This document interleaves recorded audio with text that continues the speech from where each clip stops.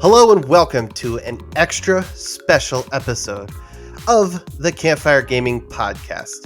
Today is special because it is a book club episode, and we all know you love book club episodes because we also love book club episodes. I was going to say, who cares if they don't like book club episodes? I like these episodes. Yeah. These are fun. They're so much fun. I love doing these. So, yeah. But yes, as you can hear, Rich is joining me tonight. I will be your host. My name is Matt. You probably know that by now, but whatever. Anyways. You want to describe what the book clubs are? Yeah. For the people who are just joining us? So if this is your first time joining us, book clubs are where we take the month and we play a specific game, or in this case, this month, February, we've played 2. And then we just sit down and discuss our thoughts, our feelings, and we give it a rating towards the end. And hopefully you play along with us. You can always hop into our Discord and chat with us and give us your feelings. Feel free to also follow us on social and maybe comment, let us know what you thought of the game, or just in general, come say hi to us. So, jump on Discord and even give suggestions. We've taken, I believe this book club was also a suggestion from the Discord. Yes. We do take your suggestions. We've taken a couple over the last, this is our, 14th episode? 13th. It's like our 13th book club. So about a year. We've been doing this about a year. We've had a couple community suggestions. All have been great, except for that one time Mike hated Journey. So Did he hate Journey? I remember he didn't like it very much. Oh. But anyways. On today's episode, we will be covering, as I said, not one, but 2 games. Those 2 games are the Stanley Parable and the Beginner's Guide.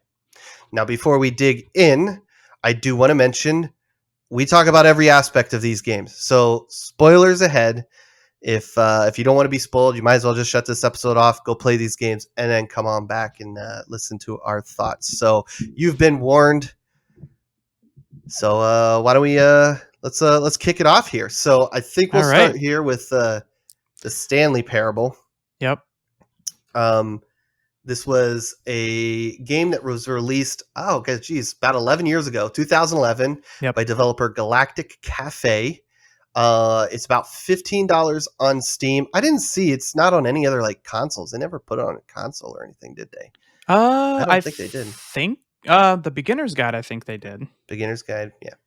I think one of those. I think maybe one of those they put on console, but I don't know. I don't play these. Yeah, I don't play these on console, so they have a deal on Steam anyways, where you can get both of these games for cheap. So cool. So stick around, listen to us talk about the Stanley Parable and the Beginner's Guide. Yep, by Davey Wreden. Yeah, the Davey Wreden. Yeah, the Davey Wreden collection. Yeah, no, it was. I had no clue these were these. I don't know much about these games going into it. So it was kind of interesting seeing that they were both I thought they were just 2 separate games that were similar. They're both considered interactive storytelling games. So I was just they're just 2 similar games together. I didn't know they were done by the same guy. And I guess apparently published and developed under 2 different. Stanley Parable was Galactic Cafe. Beginner's Guide was Everything Unlimited. So I don't know much about their story, but yeah, I guess that's where what happens. So. But let's dig into Stanley Parable first. Do you want to give us a highlight or kind of what the game's about? I guess there's not really a story. Usually we kick it off with there's a story. The story. Yeah, it's a story about a guy named Stanley. He works at his computer pressing buttons all day. He is employee number 427, and he gets told what to do from a loudspeaker. And he enjoys everything about being told what to do from his loudspeaker. And then one day he comes into work and there's no coworkers. They're all gone. And so he's sitting at his computer waiting for instructions, and nobody says anything. Nobody tells him what to do. And so thus begins the game of the Stanley Parable. It is the parable of Stanley, the the guy that you play as. The guy that presses the buttons he's told to press. Yep, he's just told to press the buttons on his computer, and then when you enter the game, you were. I mean, I'm sure a lot of people have probably heard about this game by now. Pretty infamous for being a very abstract and kind of a weird one of those like really weird games because Yeah. it's very meta. So it's, you have a narrator that's kind of essentially telling the story of Stanley. He's telling the Stanley Mhm. Parable as you're kind of playing through it. So you're going through like different rooms and stuff like that, and the narrator will say like, and Stanley chooses the door on the left, and then you are kind of given choices as well. You're pseudo given choices on what to do, and then you kind of branch around, and you can either follow the story directly, or you can kind of divert away from what the narrator is telling you to do, and you get some really funny interactions. And there's like a bajillion endings to this game. Yeah. Endings. Yeah. Again, I like not knowing really much about this game going into it. That's kind of what confused me at the start. Like the initial decision that you get to is you kind of, as the game starts, as you said, you start in the room. Your screen is blank. It's not telling you to press buttons, and you Stanley just didn't know what to do. So he starts wandering and finds out his coworkers are missing. So you get to like your first decision of going left and right, and like again, I was just like, you know what? I'm going to play what the opposite of what he tells me to do. I'm going to do. I kind of feel like that's going to make this game interesting or whatever. And it did. But again, I had no clue that this is essentially like, I really felt like I was back in the like as a kid reading those choose your own adventure books. I really didn't know like what or where I was going. And I'll say at a certain point I was a little confused because I didn't, not knowing that that's kind of the game is just making all these decisions and seeing what kind of outcomes you have. I was like, well, like, am I beating it? Is there a way to beat this? And like, I did this for 2 hours, and finally I'm like, okay, like I got off. I'm like, oh, okay, that's the game. It's just all these decision trees, and you can get all these different endings. So Right. Yeah. And I think like that's really the charm of the game is that it's, Mhm. like a lot of people will tell you, I mean, I'm sure there's a million discussions about it online about like, what this game is really about. And, there's like, it's a commentary on gamers. It's, the philosophy of choice. It's all Mhm. this like, it is kind of, it's very open to interpretation on what the game actually is. And I think that's also kind of the fun that the developer kind of intended it on being, right? Is that Yep. the game ends when you say it ends. That's kind of the weird paradox is that you get to choose essentially when the game ends is by Mhm. turning it off, right? Like that's your choice in the matter. But when you're playing, you're kind of just told what to do the entire time, and you can either not do what you're told or do what you're told. Yeah. So it's like you're given these sort of pseudo choices because, like, while you may have a choice to go left or right, you don't have much of a choice to do anything that you want other than what the game essentially allows you to Mhm. do. And I found that to be it was really charming, right? Like because the Yeah. comedy it's a comedy game Mhm. in and of itself. Like the narrator makes a bunch of jokes at you, and when you pick the wrong choice, the narrator will like page through the script or whatever, and you can hear him like page through the Yeah. script, and he's saying, no, like you're breaking the game, like there's Yeah. a whole, and there's a whole bunch of weird endings, quote quote Yep. endings to the game, or just it ends to the cycle that you play because the game entirely plays in cycles.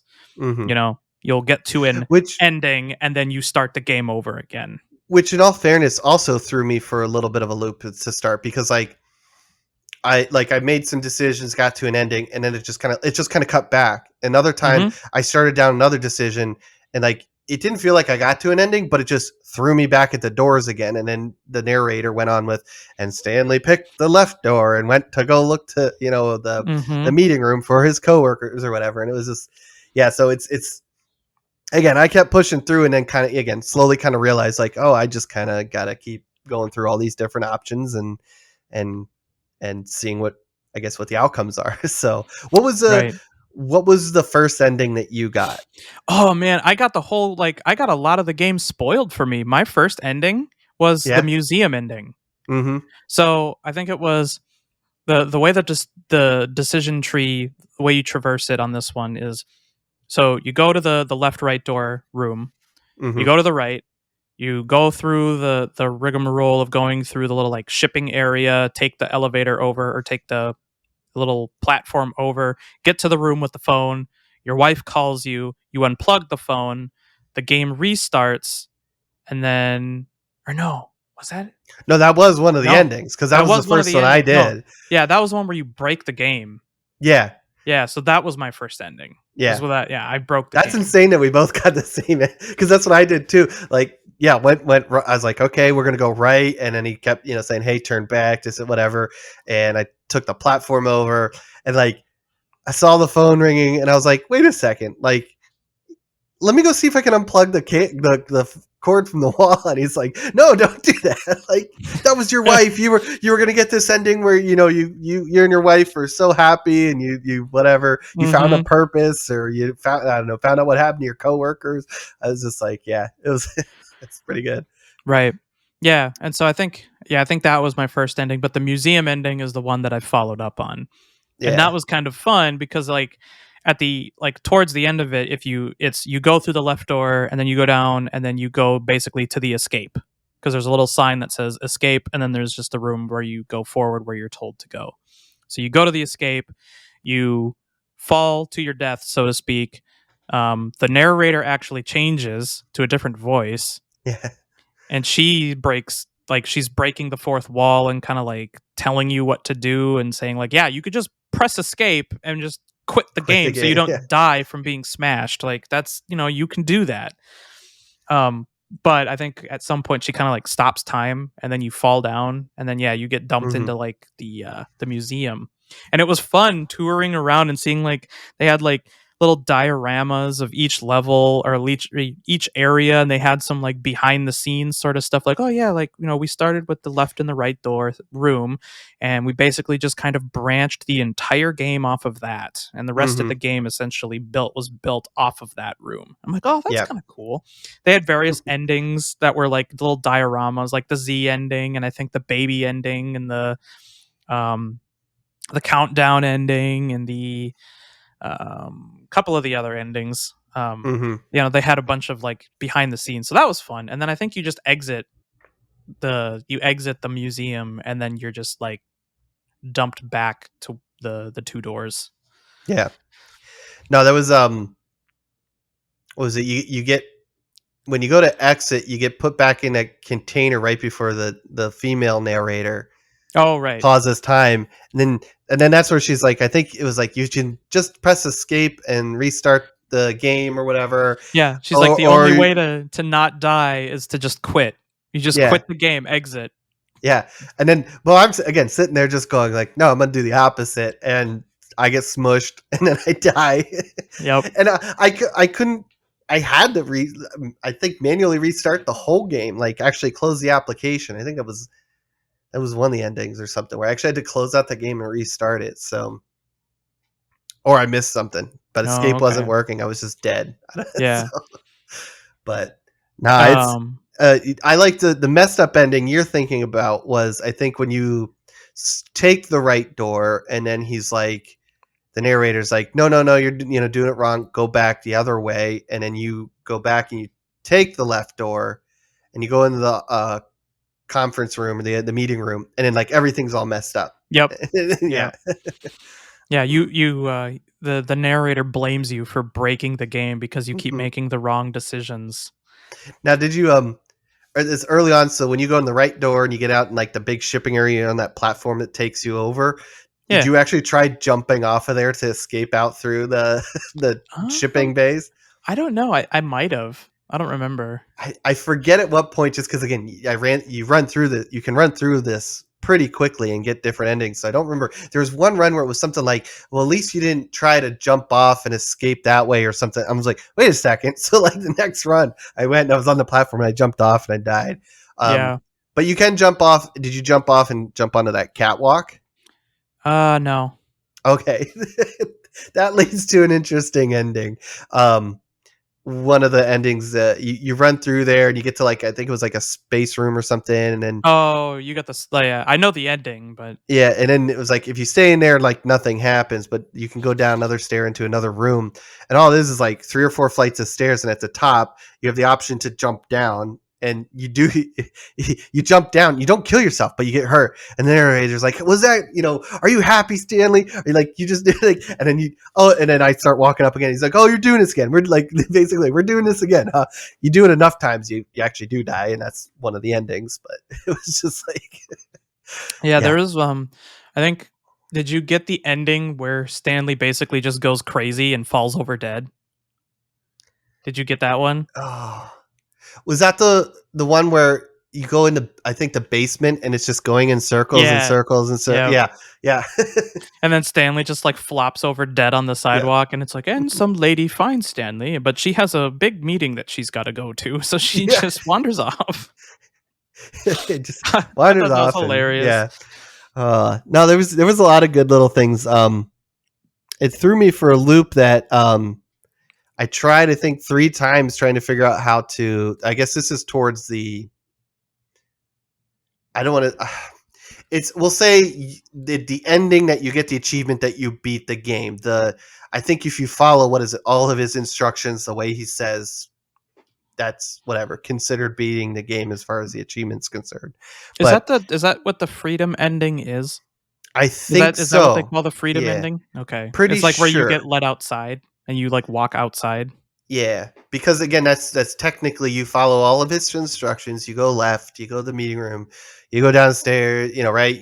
You disable you find out that it's just a big mind control machine that he's been using to control you and your coworkers. And then you have the option to turn it on or off.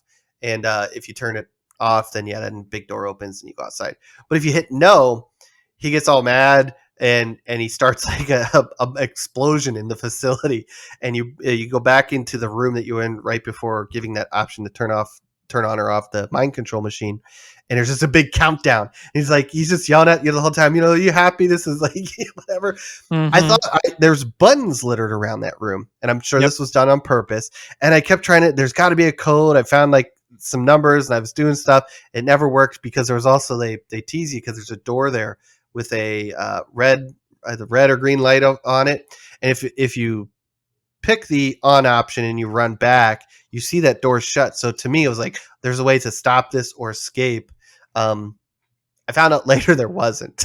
So You're right. Yeah. regardless So, of what happens, it blows up. So, yeah. Like it does that. So tell me, like, because that this isn't really like a linear narrative game, what did you think about that? Like, this game is very abstract, right? mhm. Like, it is really trying to push that boundary of being like games as an art rather Yep. than like games as like a technic. It's going for more of the art form of games rather than like the technical like mechanics and what you Mhm. traditionally would think of as a video or as a game in general. Yeah. Uh, it was an interesting experience, and I thought it was again. It was hard for me initially just because I didn't know what I was getting into at first. So I was very Okay. much confused, right? Because I did go into both these games blind, essentially, and I mean, like I think once once you like once I kind of realized what was going on, it was much easier for me to appreciate just kind of like how it was designed and kind of the idea there of the player decision and how it can affect your game and how games are designed. Mm-hmm. And I thought it was really neat. Again, after the fact, a little bit confused for a while playing it, but it was a lot of fun. And yeah, to your point, there's not really like any mechanics to it. I think there's pushing buttons, right? It's So pushing and buttons and decisions. walking around, yeah. Yeah. And it's all just driven by, I guess, the big decision tree that the various events that you hit while you're trying to traverse this decision tree. Hmm. Yeah. No, I mean, like, I definitely agree that, like, it's definitely kind of like one of those games that's talking about, like, it almost, how do I want to say this? It's basically a game about what I felt like was game development. Hmm. You know, I loved seeing like the behind the scenes stuff in the museum room and all the stuff that they went through to put the game together. And I don't know, yeah, like it,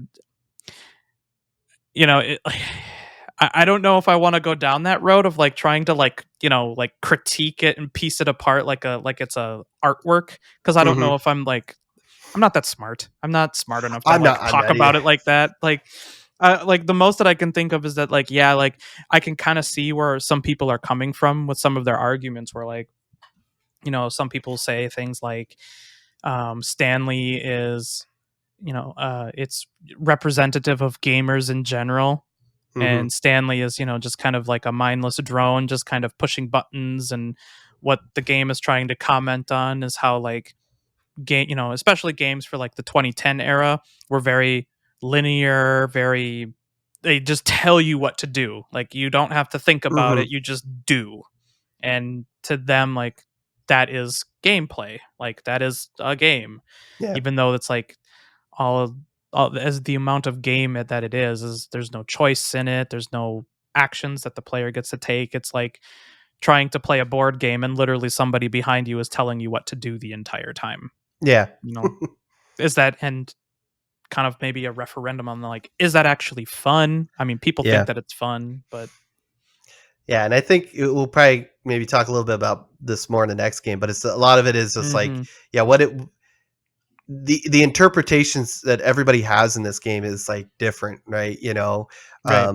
And I'm definitely more on the side where to me it was just an experience. It was fun. I'm not trying to interpret it, right? And honestly, my biggest question after again, this game ends when you want it to end essentially, but roughly you play about 2 hours. And if you're trying You new get the things, idea. you get the idea and you get a good chunk of the endings. But for me, honestly, coming out of this, it wasn't me trying to find like some bigger meaning. Honestly, the biggest thing out of this, the biggest question I had coming out of this was, what happened to Stanley's coworkers? Like, Yeah. It right? never gets answered. Yeah.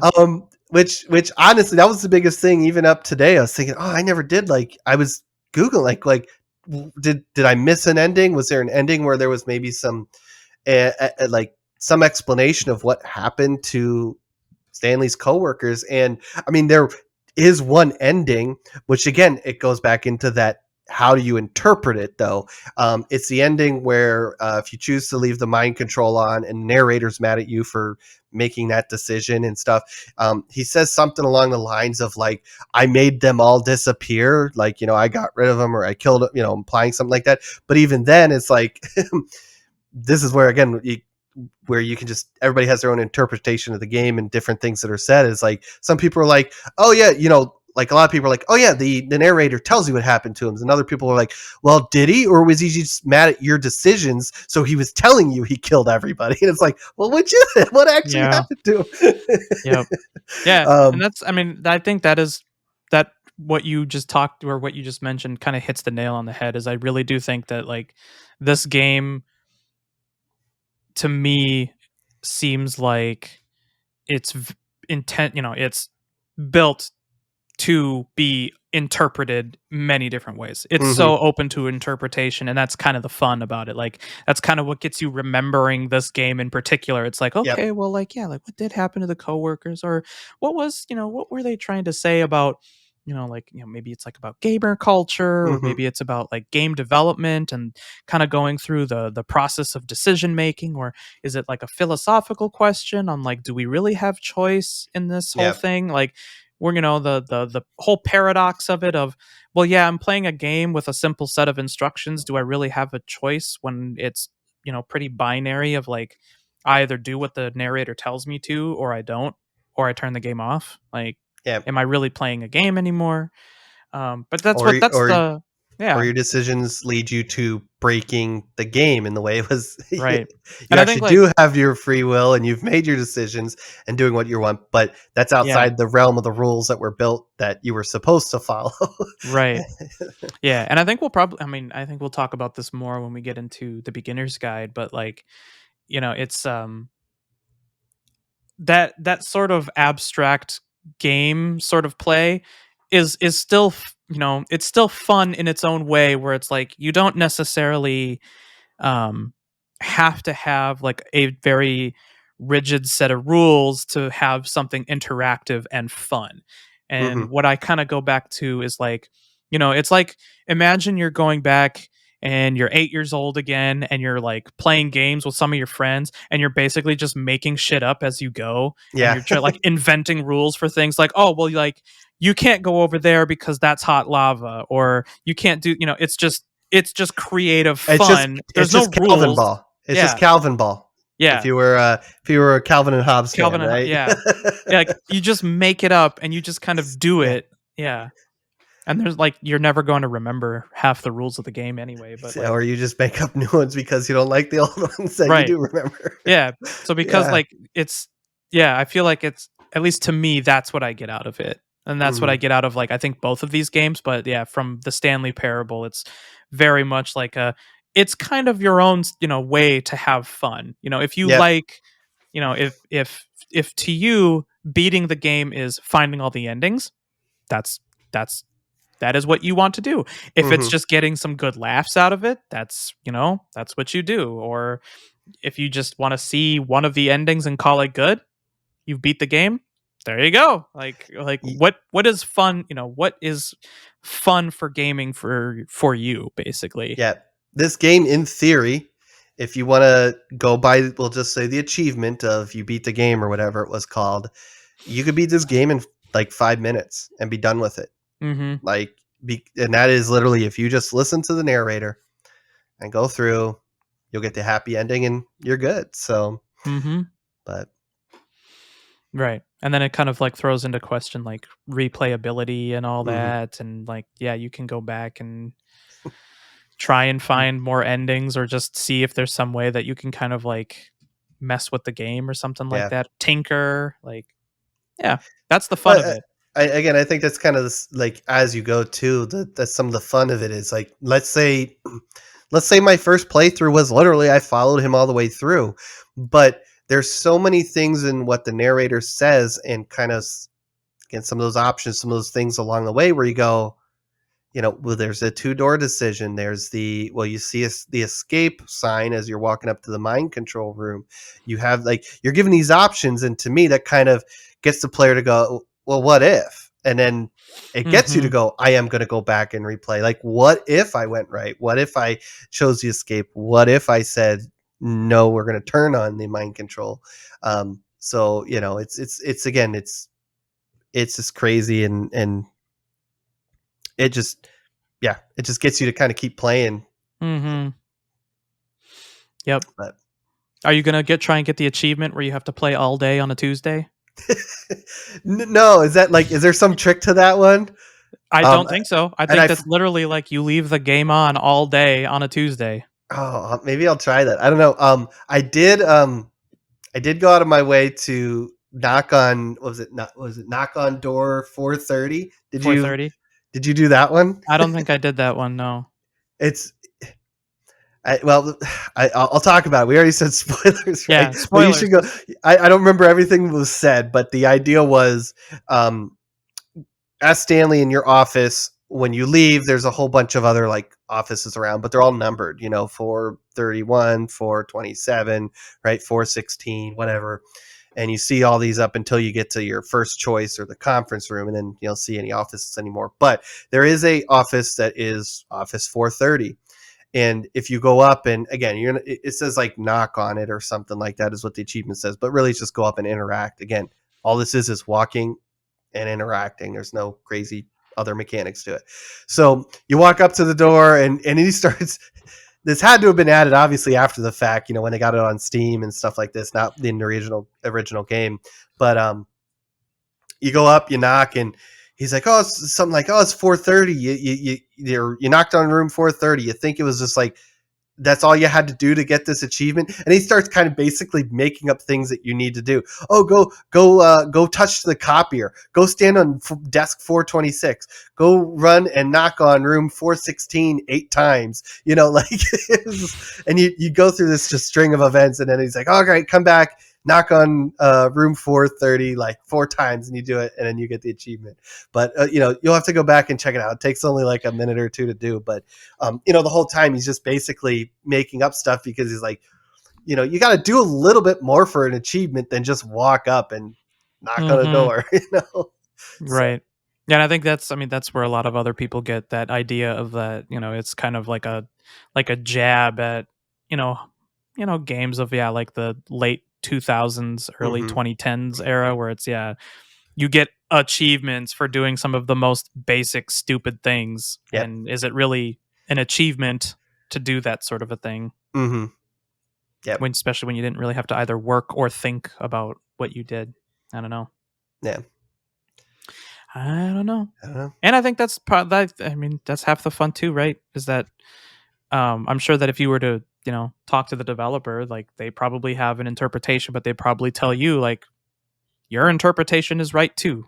You Yeah. know, Yeah. it's kind of what it's all about. But So that was the Stanley Parable. yeah. That was, I mean, overall, what were your thoughts? Did you have fun? Did you like it? Is I- it kind of too weird? Again, like I'll say I kind of enjoyed it right from the get-go, just kind of the goofy premise, as you start going off the path. There was, as I mentioned, that kind of bit of confusion since I did go in blind to this and didn't know what I was getting myself into. So again, like I didn't know how, my first hour in, I was like, is there really like an ending? Is there a stopping point or is this it? But overall, I really enjoyed the game. I had a lot of fun playing it. And just between the kind of narration and how do you want to interpret it, or do you even want to interpret it? Kind of seeking out the different endings was kind of fun, and kind of what caused it, or what happened to you as the player, depending on your endings, was quite unique, and it was a lot of fun. Again, it kind of just it reminded me of the old days when I used to read those as a kid, read those choose your own adventure books, and it was kind of exciting. Like, well, let me go back to this page, and what if I chose to go down this pathway instead of that one, and what's going to Right. happen? So Yeah. it was a lot of fun. Yeah, I liked it too. I didn't play it super long. I don't think you can really invest like I guess anybody could do anything, but I mean, this isn't a game that you're probably going to be sinking like 40 hours into, but Yep, I think I think it was fun for what it was. yep. So I guess we'll cover this real quick. We started doing reviews for our games, and we'll cover how we categorize the games from great all the way to awful. So, on what rating would you give it, Rich? On A, it would be starting at Campfire, which would be great; Bonfire, which would be good; Flash Fire, kind of an average game; Forest Fire, a bad game; or Dumpster Fire, an awful game. What would you rate the Stanley Parable in our Uh, awesome new Campfire podcast rating system?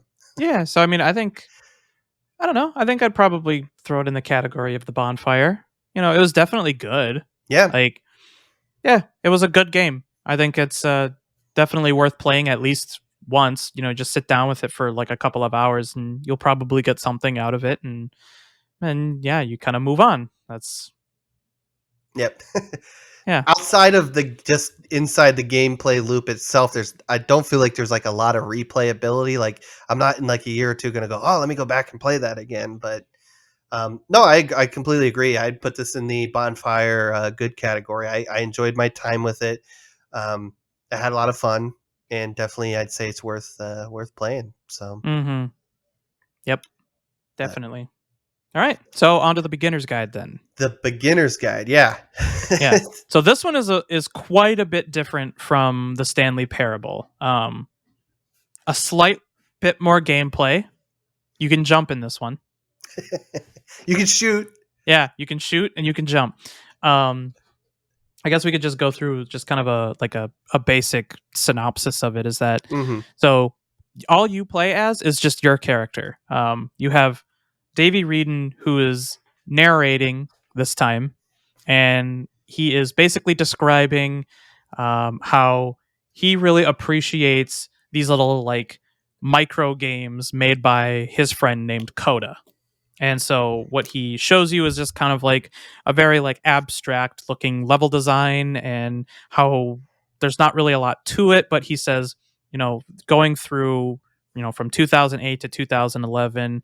I have this friend named Coda. He's got a whole bunch of these games made, and I think this is just a really good way to walk through and see if you can figure out who a person is by some of the stuff that they make. And that's kind of where he takes you, and he takes you off into like a bunch of different like mini levels, just kind of narrates his own thought process as to like what the level means, and Yep. what what Coda is trying to say, or what influences Coda had when going into this.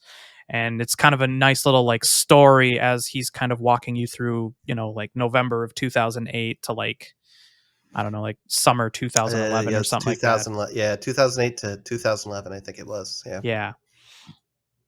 Yeah, this was well, first off, I mean, this was made about 4 years after the Stanley Parable. Yep. And I think this is where kind of you could get into that interpretation of like, some people think this was kind of a commentary on how people would interpret the Stanley Parable. Like And critiques. critiques, over critiquing it, or thinking or applying a deeper meaning to something when like that's not the intention. It was just a game, right? Yeah. Yep. Misinterpreting what the original creator was trying to do or something like that. Yep. I mean, and like I think this game did a much better job of trying to extract a lot of like thinking out of the player. Not so much like to complete the game, but just more or less like I found myself thinking a lot more about this game after I had finished playing it than I did with the Stanley Parable. Like the Stanley Parable is like, oh yeah, like, was it really about like choice? Did choice really matter in this kind of a game? Is it kind of like a philosophical? Whereas like the Stanley Parable might be more philosophical. This is, in my interpretation of this, was far more emotional. And it was about like, in my interpretation of it, it was a lot more about like creativity and the creativity process, and critiquing and a lot of that stuff. And we can kind of get into that. I mean, I don't think there's a way to get to talk about this game without getting into that kind of a discussion. Or it was a game about starting fresh, and that it's okay. Sometimes it's okay to just get rid of everything and start over and work through it and move on. So no, it's I guess one thing here was that this is very linear. This is literally, it's almost like just an interactive story. You're just walking from point A to B as the narrator is walking you through these levels. And so there is a definitive ending here. Right. It's like something does happen. There's no choice. There's no, I guess, unless you want to listen to commentary and thoughts and try to dig out a deeper meaning or something like that, interpretation. There's really no reason to kind of go back through it to try to get a different ending or something like that, like in the Stanley Parable. But yeah. I guess first off, did you end up emailing Davey Wreden? No, I didn't. I didn't yet. I kind of want to, though. I kind of am curious what, if anything, actually, like, does he actually reply to those? Or like, I'm sure he's probably, I mean, the game came out in 2014. I'm sure he's probably heard pretty much everybody's interpretation possible by now, right? Yeah, I found that just kind of funny that he threw it out there. I'm assuming it's a real one. That's his email address, but yeah. So yeah, to kind of get into it, I mean, you start off looking at one of the first. So Davey kind of tells you about how he met Coda. Like that's basically how the game starts. Game jam in 2008 or something. Yeah, like that. right. Yeah. And so he goes and he talks to Coda, and they become friends basically. And then Coda starts sharing some of these, little games and levels and things like that he makes with Davey. And so while you're walking through a lot of these, he kind of explains how he got into these and like some of the discussions that he and Coda had while, Coda was making some of these. And, they even get into debates at certain points in time. So like there's a whole wide variety of levels from like, you start off with like a little first person shooter thing where, you're running through like a space station. I mean, it's all first person, but like, you run into like mechanics that don't make sense, Mhm. or things that are like impossible for the player to figure out, and like things that you would probably look at, and if you were just coming at this from an angle of like your general idea of what a video game is, you would probably be like, this is kind of like bullshit, right? Like Yeah. this isn't a game, there's nothing to do, like it is what it is. But Mhm. then like that's kind of like, to me, that's what's really interesting about it, is that Davey even talks about how um while you're going through some of these levels, how he and Coda kind of have these little debates about what a game is, Yeah. and what should a game truly be playable, and yada yada yada. Yeah.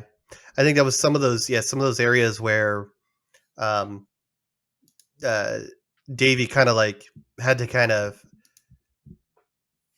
uh, break the game to allow the player Oh, to yep. continue, and kind of discussions out of there, and, and if that's okay, and is it okay to make, like, a game where, it's almost impossible, or maybe, like, not like I can think of, like, one of the later levels there as you're traversing that castle and you're working your way up is, like, you know, uh, like, could you actually work through that invisible maze where you couldn't see the walls, and when you touched a wall, it threw you back, Hmm. for all we know, that Coda, I'm sure maybe people have tried it, but, like, maybe in that Coda purposely didn't want you to get past that, um, and if Right. that's okay in game design to kinda do do that, so Yeah, and I mean that's something that Davey talks about, and later on in that level, you kind of discover, like, at least in Davey's interpretation, Davey the narrator, I guess. Mhm. Because that's the whole nother thing, is like, is this Davey that's talking to me, or is it like Davey being a narrator of Davey talking to me? That's when it gets like super weird and very, Yeah, very, yeah, like that's going deep. yeah, Um, but yeah, like so Davey, the narrator, talks about how, like, he sees this as Coda kind of like basically retreating and boxing people out, and mhm, making all these game mechanics to, like, force people out and things like that, um to basically get into what the ending is of the game, is that, like, as you work your way through all of the different mini games, you see that there's these like behavioral changes supposedly yeah, in Coda. So Coda's games start getting really, like, they start getting like super weird, or they start like, if you're reading into it, like, you could read it as like he's becoming depressed, or yep, he's trying to just self cleanse. There's a whole level about cleaning where it's just like, the mhm, joy of kind of like cleaning yourself out, and releasing that sort of emotional tension. yeah, um and then there's like, very self-destructive behavior, that sort of a thing. But yep, as you interpret all these things, or at least that's what the narrator tells you, how he's interpreting these yep, kinds of things, you can interpret it either with him, or you can interpret it sort of on your own and think for yourself as to what you think this is. yeah. No, that was kind of like an interesting concept. In a way, he was. Again, you get to choose, but in a way, the story is told in this is how This is how I Coda. think it is. This is how and why Coda. How Coda is feeling and why Coda is making these games in this way, Hmm. um, which again kind of brings up like that whole like, well, that's just how Davy's interpreting it, right? This could be just again we saw from the start and all the way through all the I think there was what like 17 or 18. 18 levels Yep. essentially here or games is a lot of them were just very quirky and like did they even have a meaning or were they just ideas, They're right? just Quick like throwing shit iterations, at the wall, and yeah.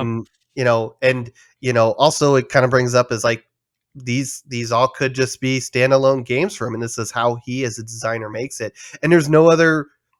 It doesn't, like those prison levels or the ones where he's trying to talk to a girl on the stage, right? Like that all could have been just his kind of story or what he was putting into the game. It could have nothing to do with how Coda was feeling. But again, but that's how Davey playing progressively through each game that Coda was putting out was interpreting this. And it was Hmm. just an interesting, again, kind of an interesting take on a game and what I guess this guy was looking and interpreting the games as meaning Right. their meaning out of them.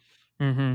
Which is why I think it was like, it was a very fun exercise and just kind of learning critique, I Yep. guess, and kind of experimenting with different ideas on, trying to figure out who Coda is by his artwork, Yep. by the stuff that he has created.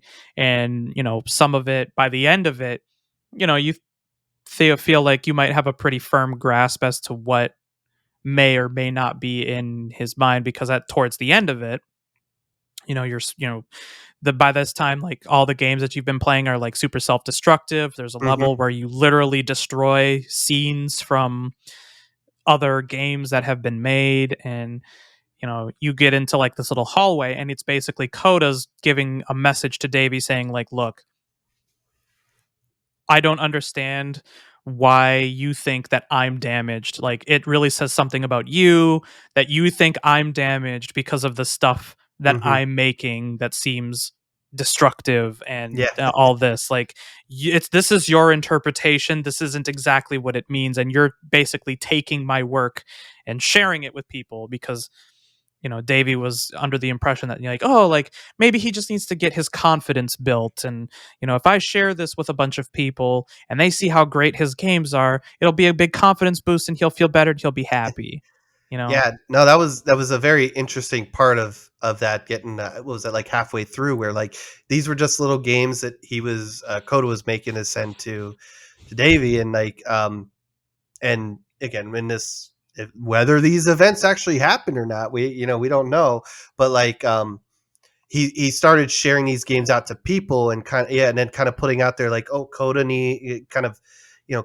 help. Coda's in this mindset. He's yeah, like you said, damaged or whatever, whatever. And it was just interesting. Like, again, that like all this was brought about because this is just how Davey's interpreting it, and he's kind of almost Forcing anybody, that and interpretation. Yeah. he's forcing it on not only Coda, but at the time when he starts sharing it with whoever, in this story, or if the events actually happen, those people start believing this interpretation that potentially is not true. It's again, it's Davey sharing his ideas and putting his interpretations on other people, and then kind of just and Coda is just like, especially in that last level, is like probably like, just, dude, like, this is just, they're just fucking games, like. Yeah. Right. Yeah, it's just like, this is just what I do. And like, Mhm. I think he phrases it like, you've kind of like invaded my space. Mhm. You've kind of tainted this, and it basically, Davey eventually blames himself because Coda, he mentions that Coda quits making games, Yep. period.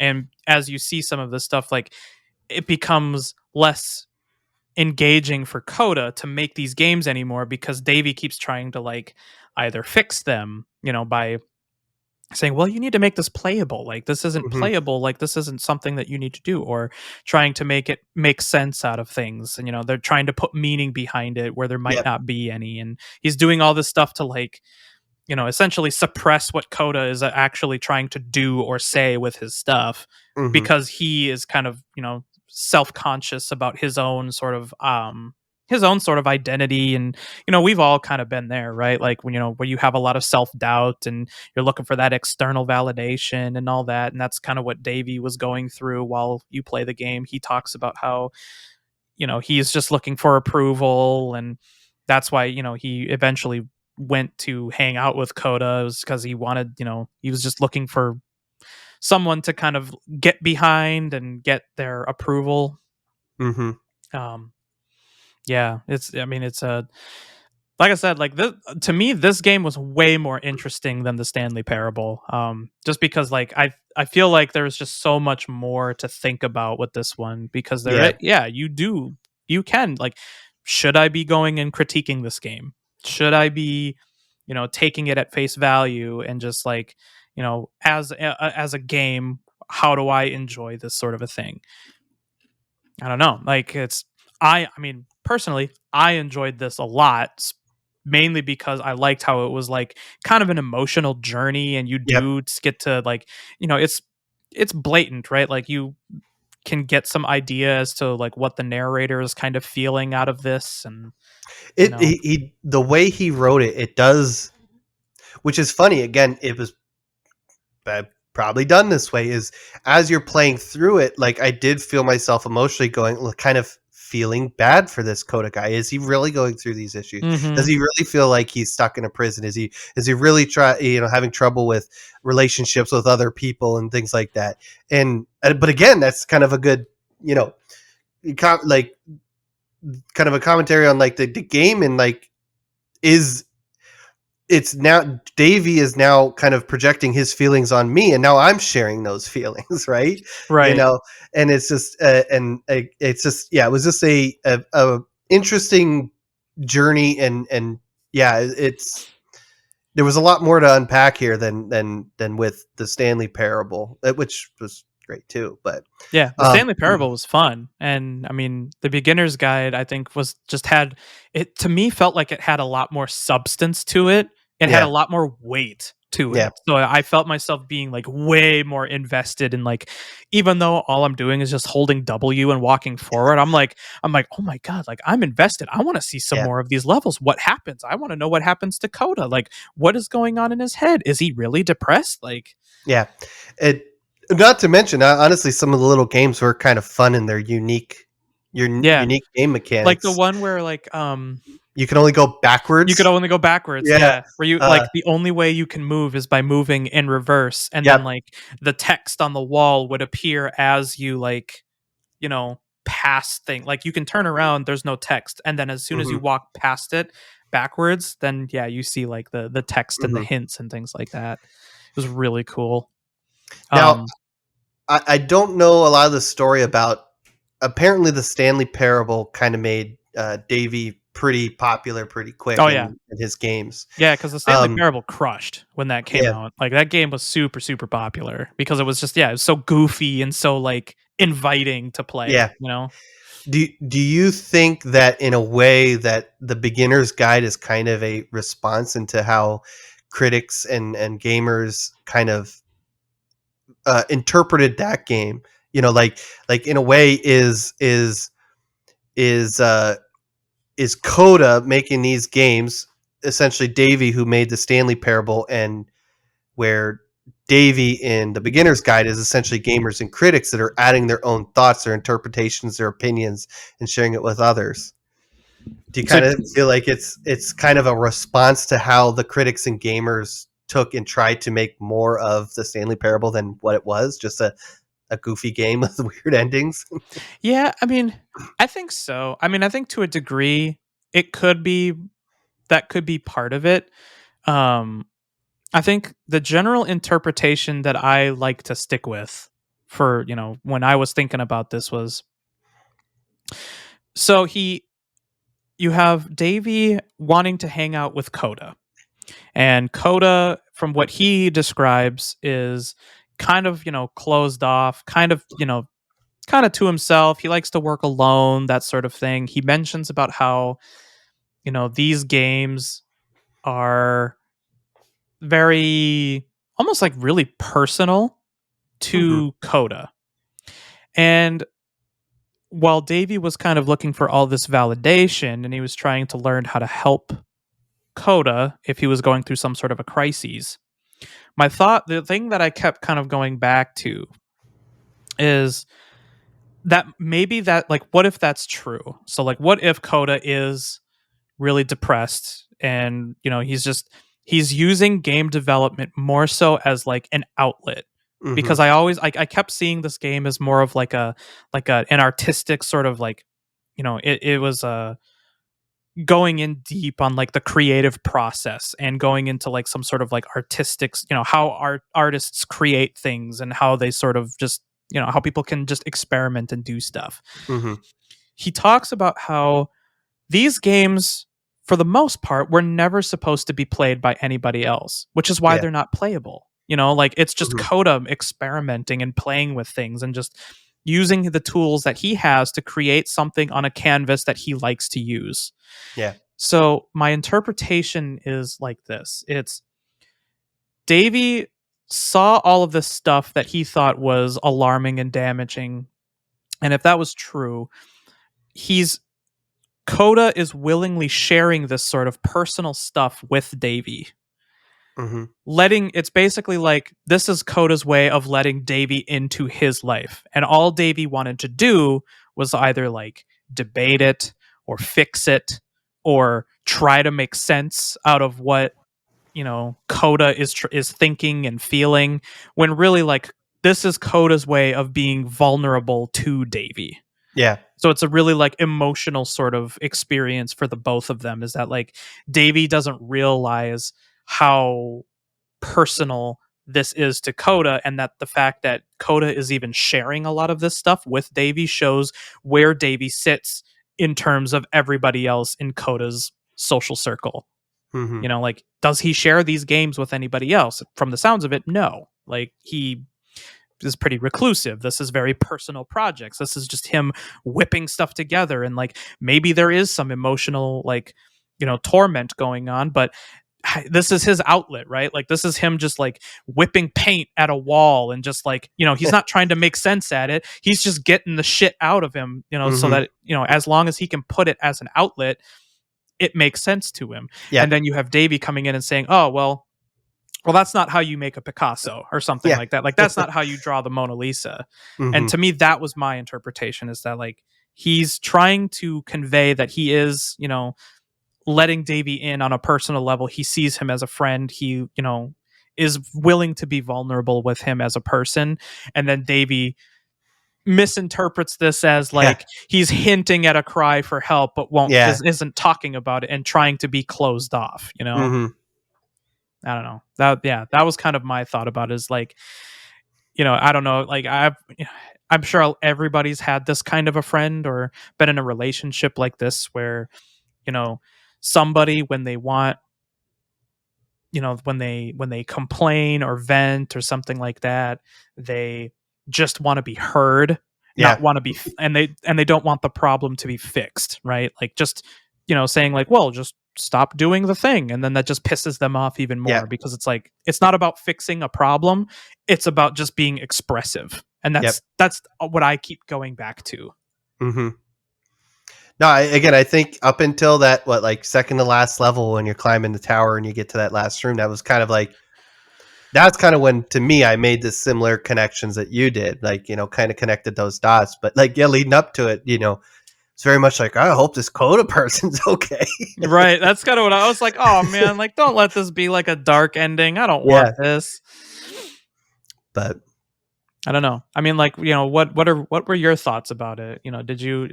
What sort of things did you take away from playing this game? that's where like it's kind of like getting in those deeper meanings and stuff like that. I mean, like again, I kind of shared similar thoughts to you, with just kind of like how Coda was sharing something deeply personal to him, and that's all the farther he wanted it to go, and he just kind of needed somebody to talk to. If this Coda person was real, they just needed somebody they could kind of trust, and in the end, Davey kind of Breaks like the he's trust, kind yeah. of breaks the trust, and then that's where you get the ending you got, where Davey's just like, you're making this stuff out, all the writings on the wall at the end of that level, where he's just like I'm done, and then he I guess you could go maybe look at the darker side of the ending, if this was real, was like he stopped one kind of sharing and confiding in Davey, and he also stopped creating, which was Yep. his outlet. He lost his outlet because So it's been tainted. He yeah. doesn't have, like, he talks about his creativity as like a machine, and like the machine just kind of stops working, and Mhm. he can't create anymore because, yeah, like now there's somebody that's like trying to fix it. There's something wrong with what he's creating, and Yeah. that there's, it's impure now. Like, When there was nothing wrong in the first place, it was just his way of being sharing expressive. Yeah. sharing with something personal with somebody else. So Right. Right. yeah, no, it So was a lot, like you said, a lot more to think about in this right. one. Yeah. So I mean, like, if you want to take it like a layer even further, like if you really wanted to try and interpret that beyond that, it could be that, yeah, the Stanley Parable was something that was very personal to Davey Wreden. And when Mhm. he sells the game, when he puts it out there, puts himself out there, puts the game out there, and people are like saying, well, like this isn't a game because you don't have X and it doesn't have a definitive ending and this Mhm. critique and that critique and this is what that means. And yeah, like, kind of the similar exercise that we just went through talking about the Stanley Parable. Yeah. And it just kind of like, it kind of just makes him almost like maybe a little like sick to like Yeah. just get all of that back and just be like, well, that's not what it was. Like, Yeah. you're over interpreting this. You're, trying to fix something that isn't broken. You're getting, Mhm. like it's just, and that's, yeah. And the beginner's guide could be a response to like Davies sharing something personal with the world and the world being kind of like, it can be kind of nasty and annoying and all that. Mhm. Yeah, no, I mean, I think, they use games in these examples and stuff, but like I'm sure a lot of creators and artists out there kind of go through similar things where it's just like, you know, just that overinterpretation, the criticism, it doesn't fit in this box, so it's not like you said, like in the as far as the Stanley Parable. Well, there's no definitive end. It's not a game. All you do is like, well, no, like Mm-hmm. it is, and it's just that it's a different type of game. It's a different type of experience. But you're trying to play all this meaning or trying to fit it in this box that this is what a game is or whatever. So Right. I'm sure again that can be kind of just an example of how a lot of creators and artists feel where they're just like Right. Or, I I mean, and at the same time, yeah, like, the other way you interpret it is that, it's just a lot of these games are literally just that. It was just little experiments that Coda wanted to make mhm, because that's just what he likes to do. That's the thing that he makes. And he's not planning on sharing these with anybody because it's personal to him. yeah, And it's fun.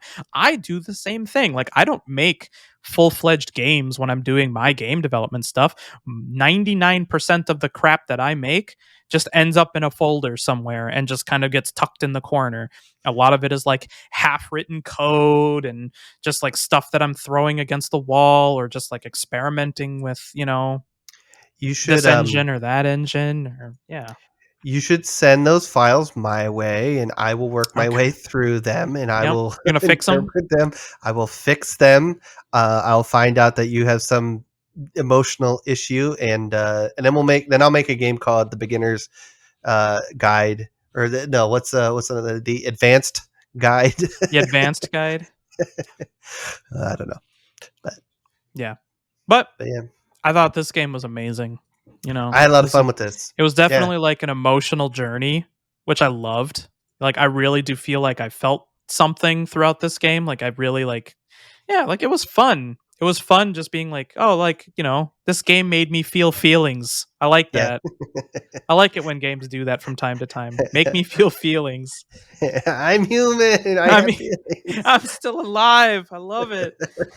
I didn't get my soul crushed entirely by Halo Infinite. Yeah, right. Oh, I like in our book clubs we're still shitting on it. Yep. Anyways, so what using our fancy new Campfire Gaming Podcast review scale, what would you give the beginner's guide? I mean, I'd say this is a campfire for sure. Like this is like, especially if you are into game development and like into like being creative and that sort of a thing. Just yeah, play this. Like it all clicks, right? Like you kind of like if you've ever made anything creative, you get it, right? Like it's really easy to understand. Hmm.